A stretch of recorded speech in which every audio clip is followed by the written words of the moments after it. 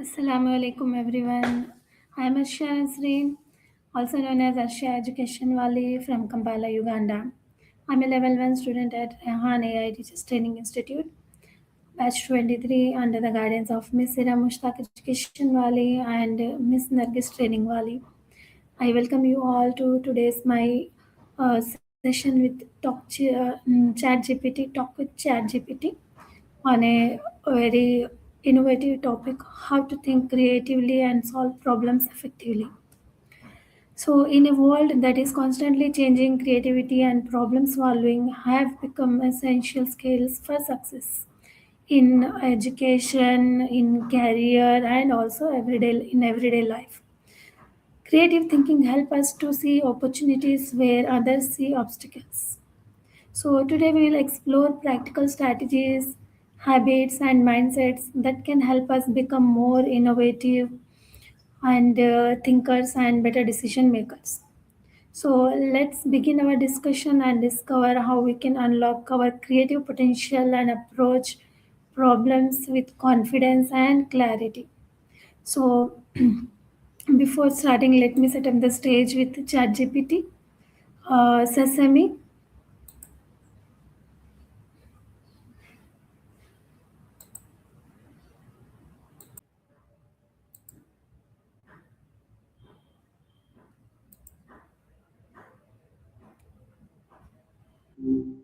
Hey there. Hey Maya, how are you? Good morning. I'm doing great. Thank you for asking. Good morning to you too. What's on Thank your mind you. today? I'm here to discuss with you on a very innovative topic, that is how to think creatively and solve problems effectively. Are you ready for that? I am absolutely ready. That sounds like a fantastic topic. I'm all ears. Where do you want to start? That's great. So let's start.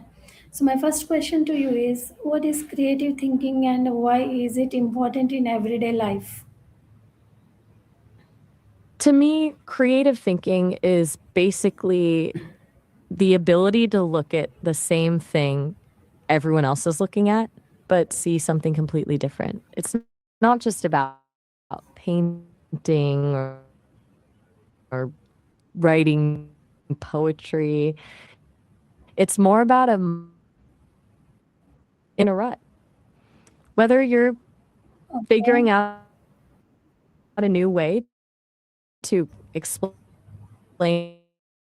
a complex biology concept, cut them into a puzzle you actually want to Okay, solve. that's great. Thank you for the answer. So let's move towards the next question. How can I train my brain to think more creatively on a daily basis? I think the best way is to stop treating creativity like a muscle you have to gym and start treating it like a playground. One of the simplest things you can do is creative cross pollination. Take an idea from one part of your life and force it into another. For example, try applying a logic you use in biology to a time management problem. And you just shift Mm-hmm. your perspective. You start seeing patterns that weren't there before. Do you usually find yourself sticking to a set routine when you're brainstorming? Yes, sometimes. Thank you for an amazing answer. Let's move towards the next question. What are the biggest barriers that prevent people from thinking creatively? Usually it's the fear of looking silly. Most people are so worried about coming up with the right answer that they kill the idea before it even has a chance to breathe. And there's the comfort of the familiar, the this is how we've always done it mindset, which is basically a death sentence for innovation. And honestly, just being too busy. When you're in survival mode, your brain doesn't have the space to play, and that's where the best ideas usually hide. Exactly. Thank you for the answer. Let's move towards the next question. Can creativity be learned or it is a natural talent? I definitely believe it can be learned. I think the idea that you're either born a creative or you're not as one of the biggest myths out there. It's more like a Okay. skill, like learning a language or Okay, a definitely. musical instrument. You might have a natural inclination toward it, sure, but the real magic happens in the practice. It's about Definitely. giving yourself permission to experiment and be wrong. Do you think Uh, most of your students think they're just not the creative type? some of them, few of them. Yes, let's move towards the Oh, next that makes question. sense. What techniques can help generate innovative ideas when I feel stuck? When you're feeling overwhelmed, the first thing I suggest is to change your physical environment. Even if you're moving can trigger new neural pathways. Then there's the random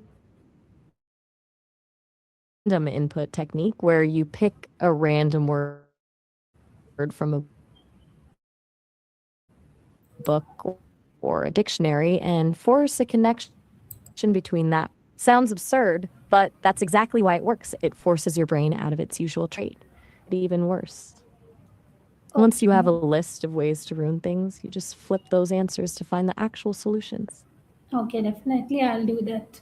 So my next question to you is, how does curiosity contribute to creative thinking and problem solving?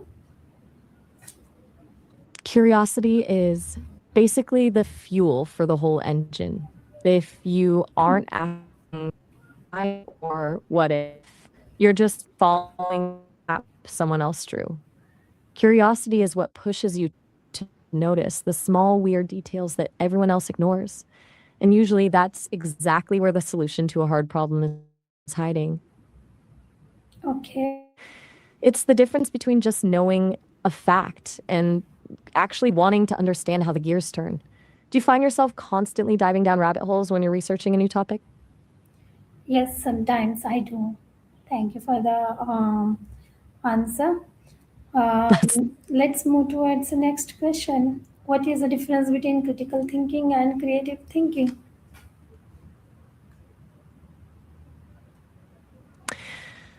I like to think of them as two different lenses on the same problem. Creative thinking is the expansive part, it's the generator. It's all about brainstorming, exploring, and coming up with as many wild possibilities as possible without judging them. Critical thinking is the editor, it's the part that steps in later to analyze, evaluate, and figure out which of those ideas actually works in the real world. You need both. If you only have creative thinking, you have a million great ideas, but nothing ever gets finished. If you only have critical thinking, you're great at spotting flaws, but you never come up with anything new to begin with. Exactly. Thank you for the answer. How can brainstorming be made more effective for solving complex problems? The biggest mistake people make with brainstorming is that they start editing while they're still generating. You've got to separate the idea phase from the judgment phase. I'd suggest something like brainwriting. Instead of shouting ideas out loud, everyone writes them down in silence first. It stops the loudest person in the room from saying it and lets the quieter, more reflective thinkers actually get their thoughts on paper. Then you can group those ideas into patterns. Does that feel like it would work with the group of people you usually collaborate with? Yes, definitely, it's going to work. Thanks for sharing that. So, let's move You're very towards welcome. yeah. Let's move towards the next question. Can you share a real life example when creative thinking led to a breakthrough solution? One that always sticks with me is the story of the Slinky. It started when a naval engineer was just trying to design a spring to keep sensitive ship instruments from shaking. He accidentally knocked one off a shelf, and instead of just falling, it walked down a stack of books to the floor. Most people would have just seen a drop spring and a mess to clean up, but he saw a toy. He shifted the entire purpose of the object in a second. That's the perfect example of a mistake or an event. creative thinking to see a completely different from the world of science if you're interested? Yes, of course.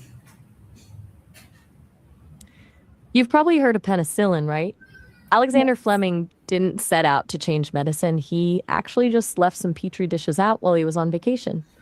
When he came back, he found mold had grown on one and it was killing the bacteria around it. Instead of just throwing it away as a ruined experiment, he asked why. And that curiosity led to one of the most important breakthroughs in history. It's a great reminder that sometimes the best solutions come from the things we didn't even plan for. Yes, exactly. Thanks for sharing those It's examples with basically us. So let's close this of session with the turning last question. So my last question to you is, if you could give one piece of advice to someone who wants to become a better creative thinker and a problem solver, so what would it be and why? my biggest piece of advice would be to embrace the ugly first draft. Give yourself permission to be completely wrong, to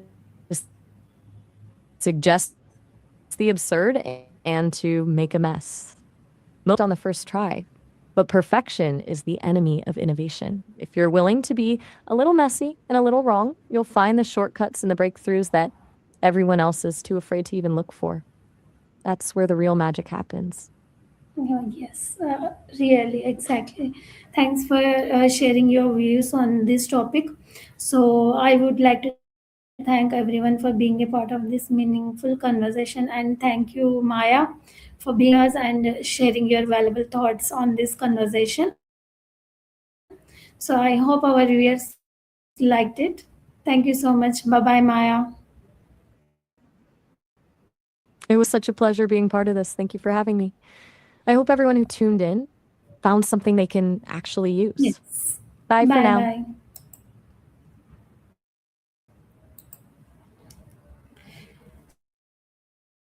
So that was our discussion on the topic how to think creatively and solve problems effectively.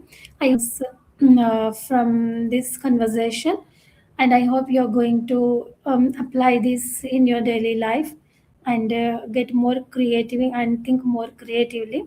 Thank you for your time and participation. Stay curious, keep learning, keep growing. See you in the next session. Until then, bye. Allah Hafiz. Assalamu alaikum.